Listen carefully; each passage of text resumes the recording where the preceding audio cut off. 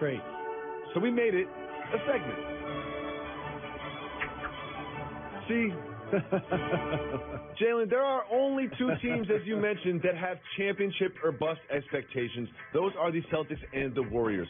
The rest of the league is, got different levels that they want to hit, different things. So what are realistic expectations for these teams? Let's start with LeBron James and the Lakers. I could see their realistic expectations be as high as Western Conference Finals or just making the playoffs.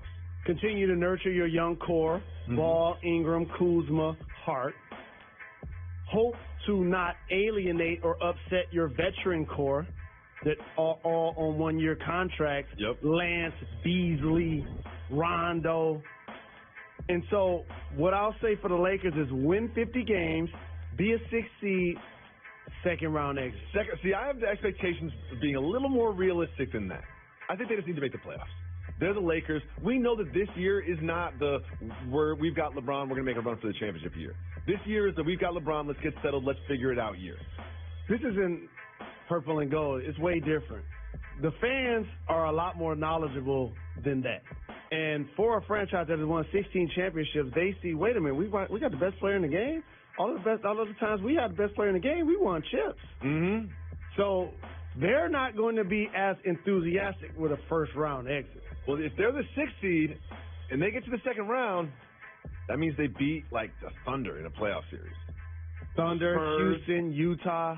That's going to be a tough out for these Lakers, but this is going to be such a fun team to watch, and we'll have the opportunity to watch them because they're on national TV pretty much every single night. Mm-hmm. Now, one team that's being forgotten in all of this, there's been no discussion about this team all preseason, the Cleveland Cavaliers. Without LeBron James, it just seems like the pressure's off.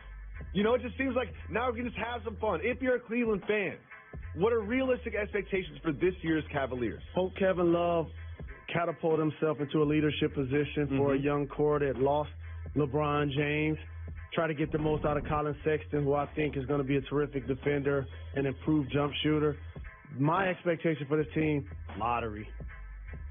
Really? They're just not going to have what it takes to make the playoffs in the East. See, I feel like they could be the 8th. They could be 8th seed, 7th seed. In the East, you got to remember, there's always one or two teams oh, wait, the Hornets made the playoffs?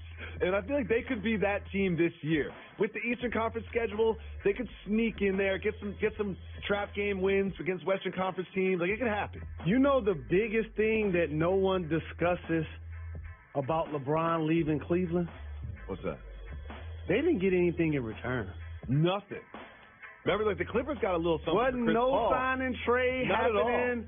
Wasn't no bartering in any way, shape, or form. So it's going to take them time once you lose the best player in the game. Do you think that there are some Cleveland Cavaliers players and front office members that are just a little happy that all the pressure's off that LeBron's gone? Not happy, but they understand a level of relief that we don't have a championship or bust expectation. They had a coach make it to the NBA Finals and David Blatt got fired. So the next team, I feel like some members of the fan base and some members of the team feel like they've got a championship or bust team, but they really don't. And I'm talking about the Philadelphia 76ers.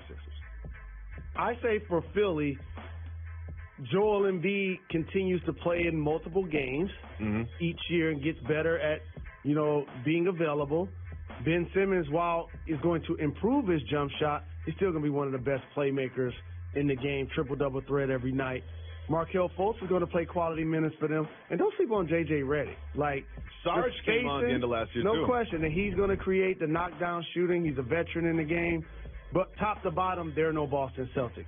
My expectation, second in the East, make the conference finals, and not get swept or lose to the Celtics like y'all did this past year. I have the expectations as they're going to lose in the playoffs in the Eastern Conference, but they have to lose to Toronto or Boston. They can't lose to the Washington Wizards or, the Cavs team that sneaks into the playoffs or whatever. You need to lose to the Raptors or the Celtics. That's where you need to lose. And shout out to my guy Elton Brand, who I think is going to do a great job as their GM. But it was a gut punch for Philly when you lose to the Celtics without Kyrie and Hayward. And they're coming back with both of them. And now they're back. Next, now I'm a Diezy Knicks fan. You're a Diezy. I'm riding for the Knicks this year. What are realistic expectations for the Knicks faithful? First and foremost, for head coach David Fizdale, is to change the culture. when they hired Phil Jackson, they thought he was going to be a guy, not only based on what they paid him, but his cachet to be able to recruit other all-star level players to come run there. That didn't happen. So with Porzingis out the majority of the year, develop your young players. Get the most out of Knox. See if he could be a guy that pole vaults himself like Tatum was able to do. And also, Mitchell Robinson. I'm telling you guys a name. He's a young athlete. He's going to be trying to block every shot. He's going to be trying to dunk everything. He didn't play college last year, didn't play pro last year. So a lot of people don't know that name. And the other thing is just to make New York City attractive. So now somebody's going to come run with it. That's what I said. Expectations are really just auditioning for free agents. They're just trying to look good for free agents. Just make sure the team's having fun, Fizdale's having fun, press conferences. You want to be a destination for at least one marquee free agent. And finally, this one's interesting to me. What are realistic expectations for Luka Doncic? I would say he and Dennis Smith Jr. are going to be a terrific young backcourt. They get to run with Harrison Barnes. We know Dirk is on his last leg, but they added DeAndre Jordan. I say fight for the Rookie of the Year with DeAndre Ayton and also average 15, 7 assists, 5 boards. Ooh, that'd be nice. I think realistically, he got to be Rookie of the Year. I think if you're not Rookie of the Year, then a little bit disappointing. Let's be honest. We never disappoint, so make sure that you stay right here because we're coming up with more NBA preview after this.